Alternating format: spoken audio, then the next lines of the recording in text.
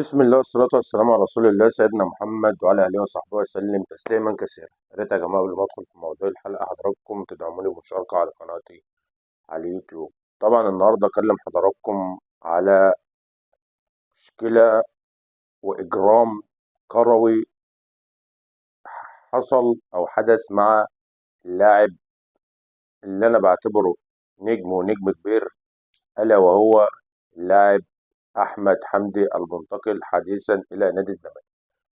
طبعا المشكلة النهاردة يا جماعة أو حلقة النهاردة أنا هتكلم على إيه؟ من هو المسؤول عن رحيل أحمد حمدي من النادي الأهلي؟ من هو المسؤول عن رحيل أحمد حمدي من النادي الأهلي؟ طبعا النهاردة أحمد حمدي مواليد 10 فبراير سنة 1998، ابن محافظة الدقهلية، وخصوصا وتحديدا ابن مدينة ديكرنس. طبعا أحمد صعد فريق أول سنة 2014، موسم 2014 2015، وشارك أول مشاركة ليه مع المدير الفني الراحل عن النادي الأهلي بيسيرو البرتغالي. طبعا بيسيرو شاف في أحمد حمدي موهبة، إن هو لعيب بيقدر يمسك الكورة ويعدي من واحد واثنين وثلاثة بطول الملعب، وبيقدر يعمل باصات استريت وباصات قطرية وباصات في العمق، وبيقدر ينقل الفريق في الحتة الهجومية. طبعا النهارده عشان في ناس هلاسين وناس مطبلاتيه جوه النادي الاهلي كتير، وناس بتطبل، وخصوصا بعد نجاح الكابتن محمود الخطيب، فبدات من هنا يعني يعني يحصل فتنه جوه الفريق. طبعا احمد لو له ظهر جوه النادي الاهلي ما كانش هيرحل، وده من وجهه نظري. يعني احمد لو كان له حد مسؤول زي الناس اللي بتطبل لمصطفى شوبير والكلام ده كله، ما كانش هيسيب الاهلي. فده برضو حاجه انا بطرحها على حضراتكم، لان ده عهر كروي لما يكون لاعب بالامكانيات ده وانت تسمح ان لاعب زي ده يرحل عن جدران النادي الاهلي. احمد حمدي لاعب كبير متدرب في المنتخبات الوطنيه، لاعب عنده كرة، اضافه لنادي الزمالك. الفكره كلها هنا ان احمد عايز ماتشات وعايز مباريات، عايز يلعب، عايز التحام واحتكاك، عشان خاطر ان هو النهارده يقول انا موجود ويقدر يثبت لنفسه. لان احمد عنده موهبه، واحمد لسه صغير.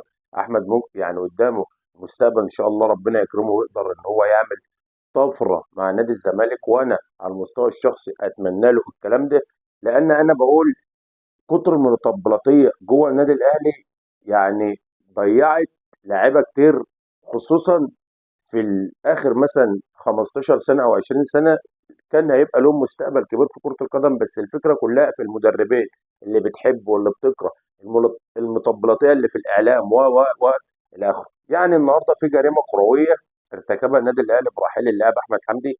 ان احمد حمدي فيه مميزات كتير قوي قوي، هتلاقيه كوكتيل كده من اللعيبه انت عاصرتها وبتحبها كده وبتشوفها. يعني مثلا انا بشوف في مثلا حاجه كده من ريحه الجيل القديم، مثلا هتلاقي في شويه من ابو تريكه، على شويه يعني من وليد صلاح، يعني على شويه مثلا من حسني عبد ربه. كل اللعيبه اللي لعبت في المكان ده على مستوى منتخب مصر هتلاقيه كده ايه، كوكتيل كده، كوكتيل. يعني لعيب بيعرف يمسك، بيعرف يدافع، مجهوده كويس، بيعرف يمشي بعمق الملعب، بيعرف يستلم تحت ضغط، بيتصرف بالكره بالشكل المظبوط، ما يفقدش الكره بالسهوله. الحاجات دي انت بتشوفها النهارده، او انت النهارده لما بتيجي تتفرج على لعيب بيلعب في نص الملعب بتلاقيه يعني بيغرق في شبر ميه، ودي مشكله. انما احمد متدرج في المنتخبات الوطنيه، لعيب لعب تحت ضغط، لعيب لعب مباراه كبيره، اثبت ان هو كفاءه. بس الفكره كلها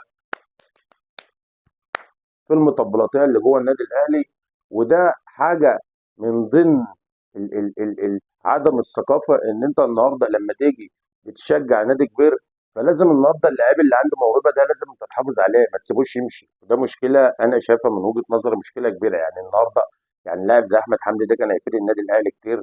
انا بقول في من ريحه الناس اللي كانت موجوده، يعني من ناحيه الناس اللي لعبت وجابت بطولات والكلام ده كله. يعني في من حسام غالي، على ابو تريكه، على الناس اللي هي لعبت في الحته ديت.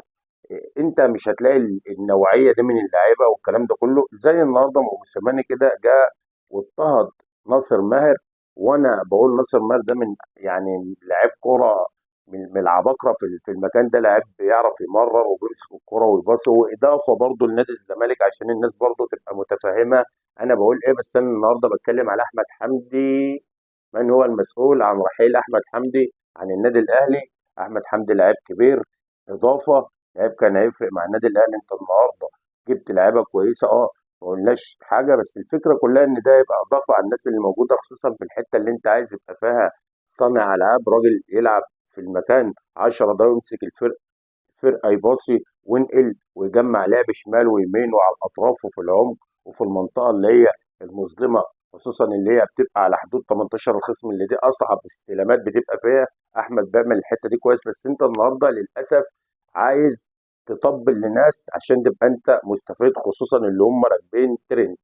اتمنى ان الموضوع الحلقه يكون نال اعجاب حضراتكم، وما تنسوش تدعموني ومشاركه على قناتي على اليوتيوب، وما تنسوش كلمه السر. انجكشن مستمر، وتحياتي للجميع، والسلام عليكم ورحمه الله وبركاته.